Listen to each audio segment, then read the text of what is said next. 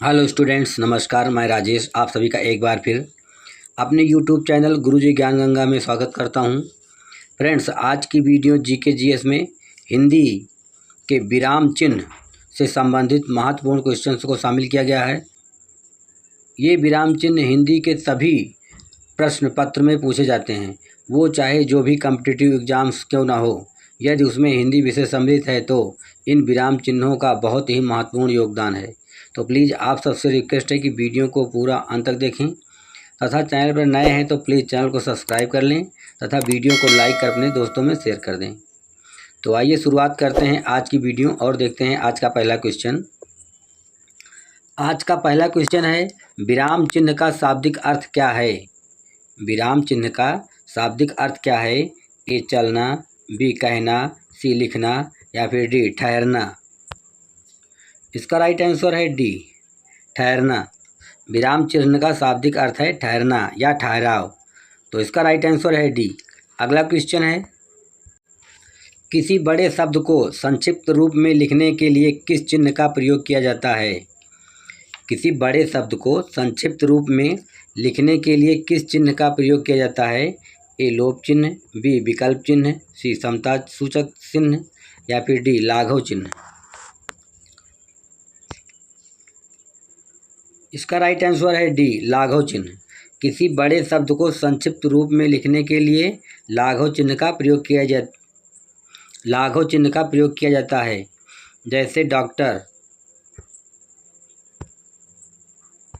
जैसे डॉक्टर शब्द को लिखना है तो लाघव चिन्ह लगा देंगे और डॉक्टर हो जाएगा। तो इसका राइट आंसर है डी। अगला क्वेश्चन है, निम्न में से कौन विवरण चिन्ह है? निम्न में से कौन विवरण चिन्ह है? ए, बी, सी या फिर डी।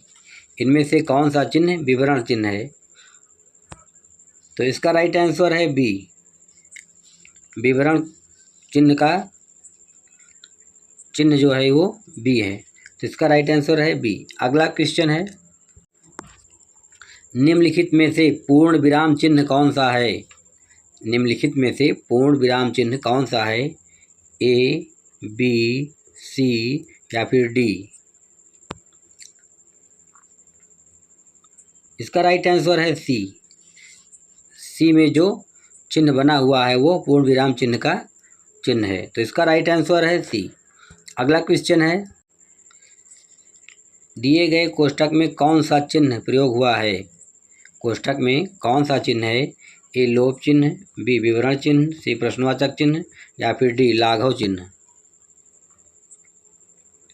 इसका राइट आंसर है डी लाघव चिन्ह। दिए गए कोष्ठक में लाघव चिन्ह का चिन्ह है, तो इसका राइट आंसर है डी।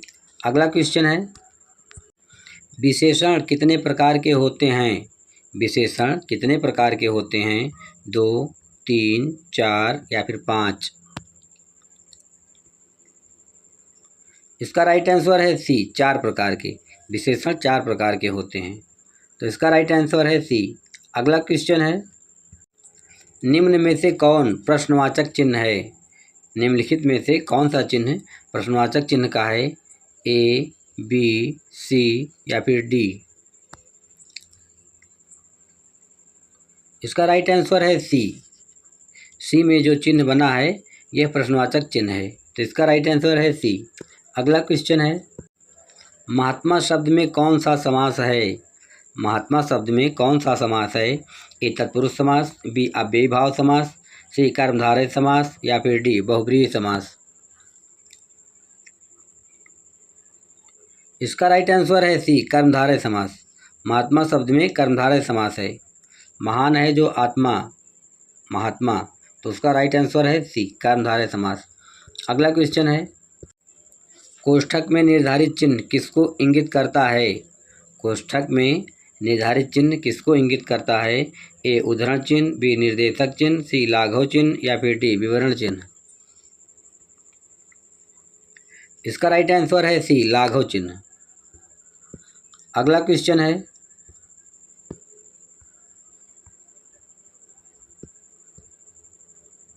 विराम चिन्ह का जनक किसे कहा जाता है? विराम चिन्ह का जनक किसे कहा जाता है? ए पिंगल, बी कामता प्रसाद, सी भरत मुनि या फिर डी वेद व्यास। इसका राइट आंसर है बी कामता प्रसाद। विराम चिन्ह का जनक कामता प्रसाद को कहा जाता है, तो इसका राइट आंसर है बी। अगला क्वेश्चन है, कामता प्रसाद के अनुसार हिंदी में कितने विराम चिन्ह हैं? डॉक्टर कामता प्रसाद के अनुसार हिंदी में कितने विराम चिन्ह हैं? ए 18, बी 20, सी 22 या फिर डी 24। इसका राइट आंसर है बी 20। डॉक्टर कामता प्रसाद के अनुसार हिंदी में विराम चिन्हों की संख्या 20 है, तो इसका राइट आंसर है बी। अगला क्वेश्चन है, वह कौन सा विराम चिन्ह है जो अंग्रेजी में नहीं आता? वह कौन सा विराम चिन्ह है जो अंग्रेजी शब्दकोश में नहीं आता? ए अल्प विराम, बी पूर्ण विराम, सी अर्धविराम या फिर डी प्रश्नवाचक चिन्ह। इसका राइट आंसर है बी। पूर्ण विराम का चिन्ह हिंदी भाषा में तो आता है परंतु अंग्रेजी भाषा में नहीं आता। बाकी सारे चिन्ह अंग्रेजी भाषा से लिए गए हैं जो जिनकी संख्या 20 है। अगला क्वेश्चन है, हिंदी में विराम चिन्ह को किस भाषा से लिया गया है? हिंदी में विराम चिन्ह को किस भाषा से लिया गया है? ए संस्कृत, बी उर्दू, सी अंग्रेजी या फिर डी फारसी। हिंदी में विराम चिन्हों को किस भाषा से लिया गया है? तो इसका राइट आंसर है सी अंग्रेजी भाषा से। हिंदी में विराम चिन्हों को अंग्रेजी भाषा से लिया गया है, तो इसका राइट आंसर है सी। अगला क्वेश्चन है, विवरण चिन्ह को और किस नाम से पुकारते हैं? विवरण चिन्ह को और किस नाम से पुकारते हैं या फिर और किस नाम से जानते हैं? ए वितरण चिन्ह, सी आदेश चिन्ह, सी लोप चिन्ह या फिर डी प्रश्नवाचक चिन्ह।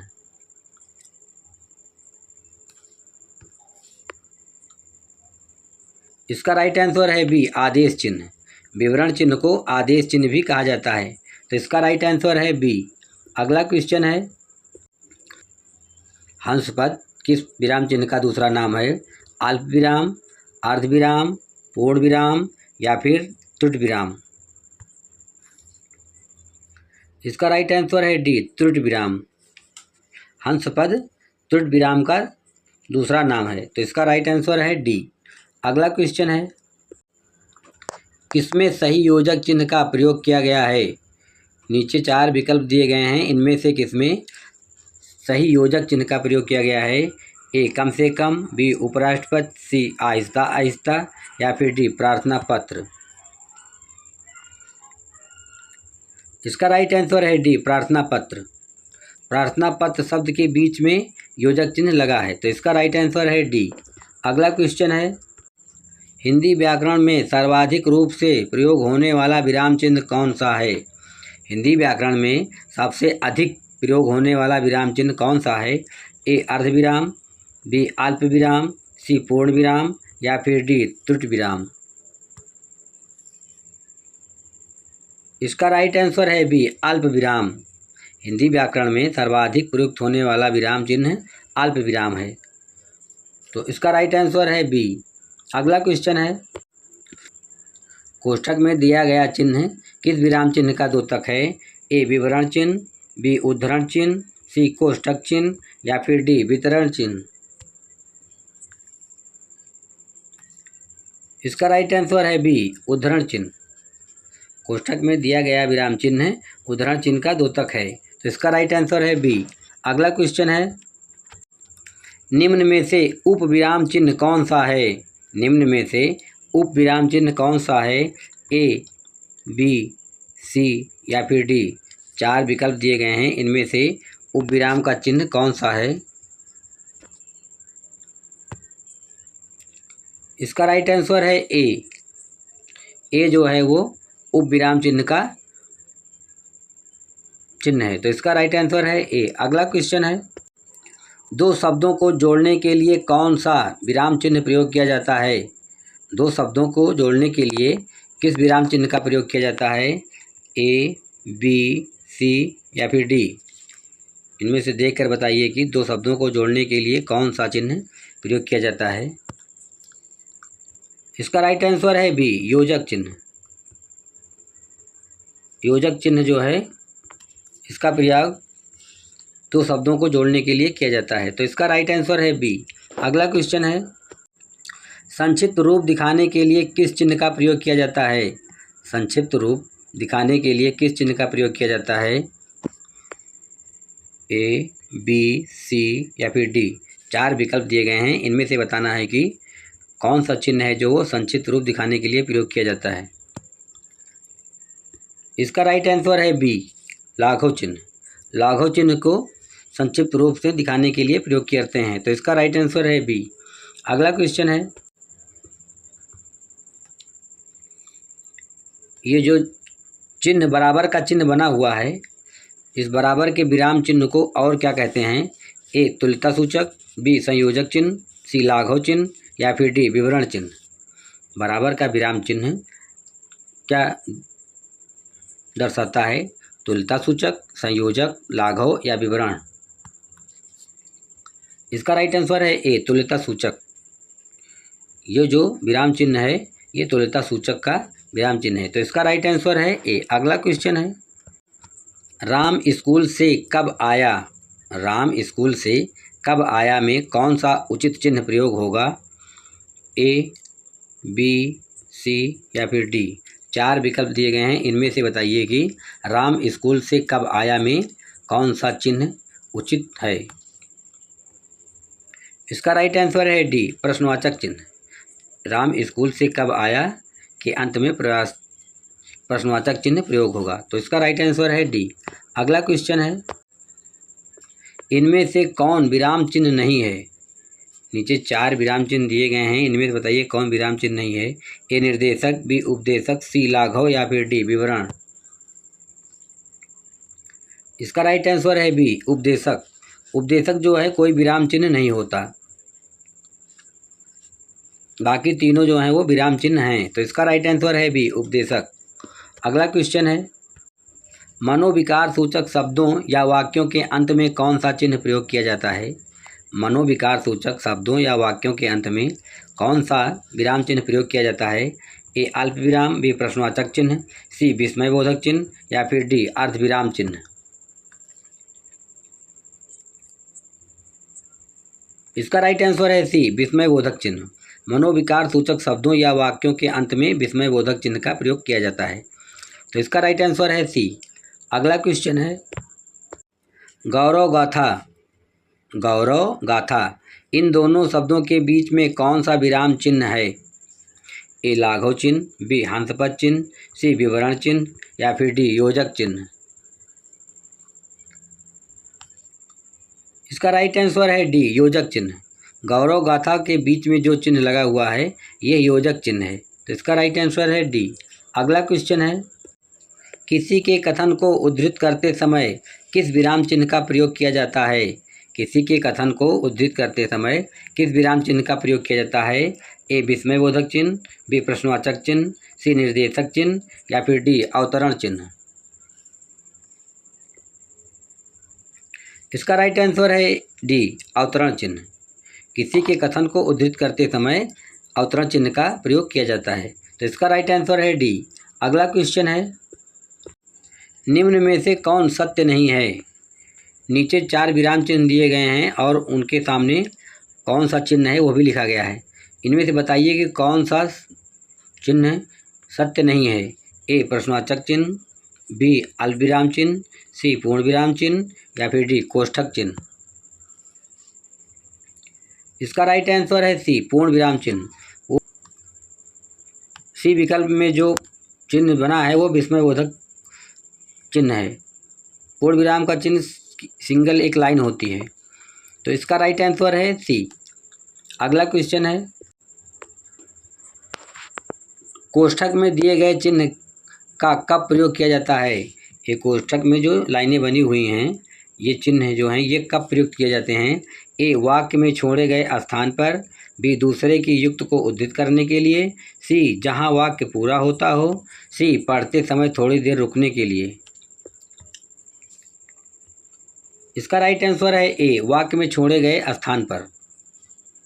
कोष्ठक में जो चिन्ह दर्शाए गए हैं उनका प्रयोग वाक्य में छोड़े गए स्थान पर प्रयोग किया जाता है। तो इसका राइट आंसर है ए। फ्रेंड्स, अगला क्वेश्चन आप सबके लिए है। इस क्वेश्चन का आंसर आप सभी को कमेंट बॉक्स में देना है कि डॉक्टर कामता प्रसाद के अनुसार हिंदी में विराम चिन्ह कितने हैं। डॉक्टर कामता प्रसाद के अनुसार हिंदी में विराम चिन्हों की संख्या कितनी है? ए 15, बी 20, सी 25 या फिर डी 30। इस क्वेश्चन का आंसर आप सभी को कमेंट बॉक्स में देना है। तो फ्रेंड्स, हमें उम्मीद है कि यह वीडियो आप सबके लिए बहुत ही उपयोगी सिद्ध होगा। तो प्लीज़ आप सबसे रिक्वेस्ट है कि यदि अभी तक आपने हमारे चैनल को सब्सक्राइब नहीं किया है तो प्लीज़ चैनल को सब्सक्राइब कर दें तथा वीडियो को लाइक कर दें। तो फ्रेंड्स, फिर मिलेंगे अगली ऐसी ही महत्वपूर्ण वीडियो में। तब तक के लिए जय हिंद, जय भारत, वंदे मातरम।